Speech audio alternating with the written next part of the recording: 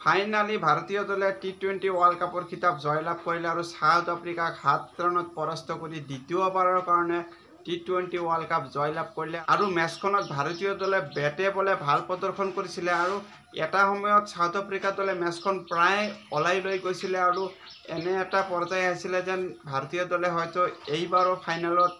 পৰাজয় বৰণ কৰিব। এতিয়াৰে পৰা যেন ভাৰতীয় দলৰ বলাৰসকলে যি ধৰণে বলিং কৰি মেচখন নিজৰ হাতলৈ চিফ্ট কৰি আনিছিল, বিশেষকৈ জসপ্ৰীত বুমৰাহ 16তম অভাৰত আহি যি ধৰণে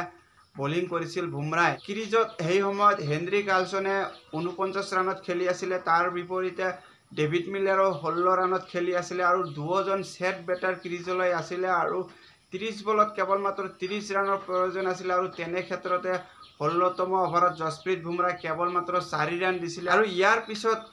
4 অভাৰত 26 ৰানৰ প্ৰয়োজন আছিল আৰু ঠিক তেনে সময়তে হাৰ্দিক পাণ্ডিয়াইও 17তম অভাৰত কেৱল মাত্ৰ 4 ৰান ব্যয় কৰি হেনৰি কাৰ্লছনৰ দৰে বিধ্বংসী বেটাৰক আউট কৰি মেচ ভাৰতীয় দলৰ হাতলৈ আনিছিলে। আৰু হাৰ্দিক পাণ্ডিয়াৰ এই মেজিকেল অভাৰৰ পিছতেই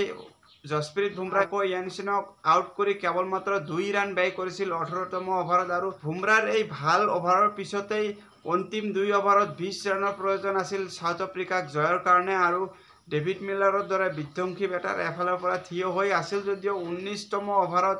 অৰ্শদীপ সিঙে আহি এটা মেজিকেল অভাৰ কৰিছিলে আৰু অৰ্শদীপ সিঙে সেই অভাৰত কেৱল মাত্ৰ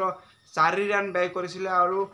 অন্তিম অভাৰৰ কাৰণে 16 ৰান ৰাখিছিলে অৰ্শদীপ সিঙে আৰু পিছলৈ অন্তিম অভাৰত হাৰ্দিক পাণ্ডিয়াই অভাৰৰ প্ৰথম বলতেই ডেভিড মিলাৰৰ দৰে বিধ্বংসী বেটাৰক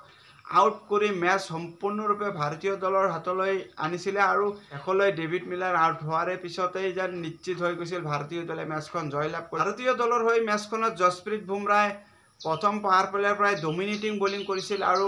পুনৰ এবাৰ ইকনমিকেল বলিং কৰা দেখা গ'ল বুমৰাহে সম্পূৰ্ণ টুৰ্ণামেণ্টত যি ধৰণে বলিং কৰিছিল আৰু ফাইনেল মেচখনতো ইয়াৰ বিপৰীত নহয়। ফাইনেল মেচখনতো ঠিক তেনেদৰেই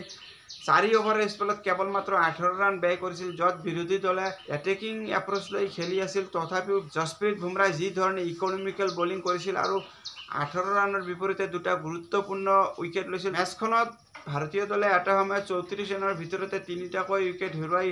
গভীৰ সংকটত পৰিছিল যদিও ঠিক তেনে সময়তে বিৰাট কোহলীয়ে এফালৰ পৰা থিয় হৈ যি ধৰণে ইনিংছ বিল্ড কৰিছিল আৰু বিৰাট কোহলীয়ে টুৰ্ণামেণ্টত ৰান নকৰিছিল যেন ফাইনেলত সকলোখিনি বচাই ৰাখিছিল আৰু সকলো ক্ষোভ যেন ফাইনেলত উজাৰি দিলে বিৰাট কোহলীয়ে আৰু এফালৰ পৰা থিয় হৈ বিৰাট কোহলীয়ে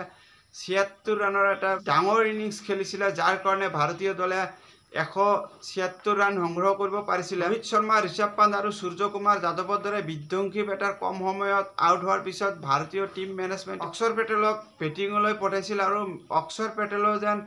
সিচুৱেশ্যন অনুযায়ী ভাল বেটিং কৰিছিলে আৰু 47 ৰানৰ এটা গুৰুত্বপূৰ্ণ ইনিংছ খেলিছিলে। বিৰাট কোহলী আৰু অক্ষৰ পেটেলে দুয়ো মিলি 72 ৰানৰ এটা ডাঙৰ পাৰ্টনাৰশ্বিপ কৰিছিল, যাৰ কাৰণে সাউথ আফ্ৰিকাৰ বলাৰসকলে প্ৰেছাৰৰ সন্মুখীন হ'বলগীয়া হৈছিল আৰু বিৰাট কোহলী অকল অক্ষৰ পেটেলৰ লগত পাৰ্টনাৰশ্বিপ কৰাই নহয়, শিৱম ডুবেৰ লগতো এটা অৰ্ধশতকীয় পাৰ্টনাৰশ্বিপ কৰিছিল আৰু কেৱল মাত্ৰ 33টা বলৰ ভিতৰত 57 ৰানৰ এটা পাৰ্টনাৰশ্বিপ কৰি ভাল এটা সিচুৱেশ্যন তৈয়াৰ কৰি দিছিল, যাৰ কাৰণে শিৱম ডুবে শেষলৈকে এটেকিং এপ্ৰচত খেলিব পাৰিছিলে আৰু ডুবেও মেচখনত ভাল কণ্ট্ৰিবিউট কৰিছিলে। কেৱল মাত্ৰ 16টা বলৰ সন্মুখীন কৰি 27 ৰানৰ ইনিংছ খেলিছিলে আৰু ভাৰতীয় দলৰ এই পাহাৰ 37 ৰানৰ মূলতেই আছিল বিৰাট কোহলীৰ 76 ৰানৰ ইনিংছ আৰু কোহলীৰ এই 76 ৰানৰ ইনিংছৰ মূলতেই মেন অফ দ্য মেচৰ সন্মান দিয়া হৈছিল। আৰু এই ৱৰ্ল্ড কাপ জয়ৰ লগে লগে বিৰাট কোহলীয়ে ঘোষণা কৰিলে যে টি-20 ইণ্টাৰনেশ্যনেল আৰু বিৰাট কোহলীয়ে নেখেলে।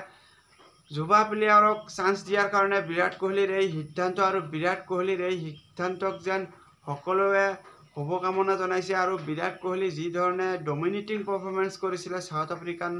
বলাৰসকলৰ আগত আৰু পিচ অনুযায়ী বেটিং কৰি আছিলে কোহলীয়ে আৰু কোহলীয়ে জানিছিল যেন এই সিচুৱেশ্যন অনুযায়ী কিমান স্ক'ৰ জয়ৰ কাৰণে এক ফাইটিং টোটেল হ'ব আৰু সেই মৰ্মে খেলি আছিলে, সম্পূৰ্ণ গেম প্লেন অনুযায়ী খেলি আছিল আৰু বিৰাট কোহলীয়ে এফালৰ পৰা থিয় হৈ খেলাৰ কাৰণে যেন অক্ষৰ পেটেলে কাউণ্টাৰ এটেক কৰি খেলিব পাৰিছিলে। বাৰু যি কি নহওক, ভাৰতীয় দলৰ সকলো খেলুৱৈসকলে ভাল এটা কমিউনিকেশ্যন ছেট কৰিছিল আৰু সকলো প্লেয়াৰে যেন দলৰ জয়ৰ কাৰণে 100% দিয়াৰ চেষ্টা কৰিছিলে, যাৰ কাৰণে ভাৰতীয় দলে এই ৱৰ্ল্ড কাপ জয়লাভ কৰিলে আৰু অৱশেষত ভাৰতীয় দলৰ ৱৰ্ল্ড কাপ জয়ৰ সপোন পূৰণ হ'ল। আৰু ভাৰতীয় দললৈ অভিনন্দন জনাই আজিলৈ ইয়াতে সামৰিলোঁ। ধন্যবাদ।